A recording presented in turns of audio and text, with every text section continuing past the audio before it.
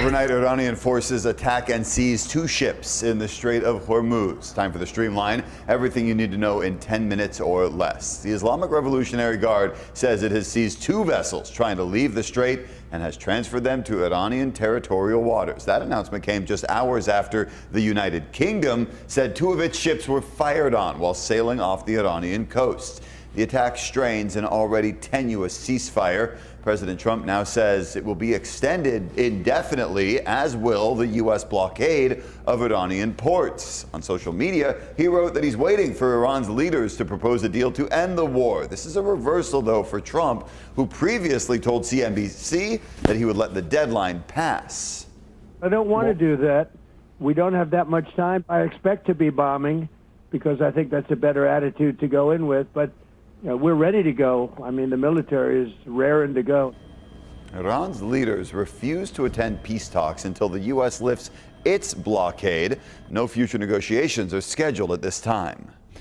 The escalation in the strait could send oil prices soaring again. Gas prices right now remain steady. Nationally, a gallon of gas is still $4.02. Here in San Diego, the average is $5.83. And here in San Diego County, supervisors could serve even longer in office, and you're going to have the final vote if that's what you want to see. In a split 3-2 vote, the board moved forward with a controversial plan that would allow supervisors to serve 3 terms instead of 2, so 12 years instead of the current 8. Chair Tara Lawson-Remer proposed this measure. She says the change would align term limits here with other counties, but critics, including Supervisor Jim Desmond, argued it would just keep current leaders in power.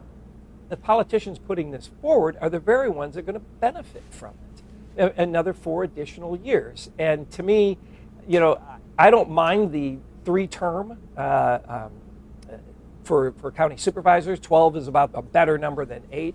But it should be a citizen or voter initiative, not a politician's initiative. And the board will vote on the proposal again on May 19th during a second reading. If it's approved, it will be put on the November ballot. And staying with politics, the battle for control of Congress could swing in favor of Democrats. Virginia voters narrowly approved new congressional maps last night that could give Democrats up to 4 more seats in the U.S. House. Republicans are calling the move gerrymandering. 6 other states, including here in California, have already redrawn their maps. This all follows Texas, which was the first state to redraw their maps recently in favor of Republicans. A near miss over New York's JFK Airport is raising more questions about flying and safety.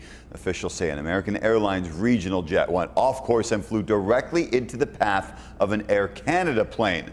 The 2 planes came within just a half a mile of each other before aborting their landings. In this case, there were alarms both in the control tower and in the aircraft themselves, telling the airplanes where to move, how to separate to make sure that the collision didn't occur. The incident comes just days after 2 planes nearly collided in Nashville. Federal officials say they are working to modernize the air traffic control system to prevent close calls like this. That includes new tracking systems on the tarmac. Transportation Secretary Sean Duffy says he wants all of those upgrades completed by 2028. Yes, we're getting revenue from parking, but you're killing the organizations that drive the parking in the first place. Balboa Park museums say they're getting hit hard by paid parking. They say attendance is down 34% since the city started enforcing parking limits at the park. Now, Central San Diego reporter Yasmin Ludi shows us museum officials worry the new cuts in Mayor Gloria's budget proposal could make things worse. $10 million. That's how much museums in Balboa Park expect to lose this year. Why? They say the parking meters are to blame. Lately, every day feels like a slow day for the Fleet Science Center. Since the advent of paid parking, we've seen a significant decline in attendance really over the first 3 months. Since paid parking went into effect in January, we've been following the pushback ever since. In February, I told you about the impact it's had on art vendors. The last Sunday I had 1 sale. In early April, people against paid parking launched a petition to repeal it. Stop. All right. And now I'm here again. We're down about 28.5% in our visitation. It's about 20,000 people fewer than we saw the year before. Stephen Snyder is the president and CEO of the Fleet Science Center. He says visitation across all museums have dropped to 34%. We've already had to freeze positions in hiring. We've already started pulling back on expenses. We have to pull back on programming as well. While the museums say paid parking is driving people away, city data shows they've collected more than $1.9 million from meters at Balboa Park. Yes, we're getting revenue from parking, but you're killing the organizations that drive the parking in the first place. That's not a good long-term plan. Stephen says museums are experiencing a pandemic-level impact. Between federal cuts in 2025, losing revenue due to paid parking, and now potential budget cuts to arts and culture programs, it's like financial whiplash. Like their foot's on our neck and they're just squeezing harder. It's just too much. A city spokesperson told me the parking program is a reliable source of funding to support park operations. In a statement, they said the city will continue to monitor the program, make adjustments, and work with stakeholders. Covering Central San Diego, I'm Yasmin Ludi, ABC 10 News.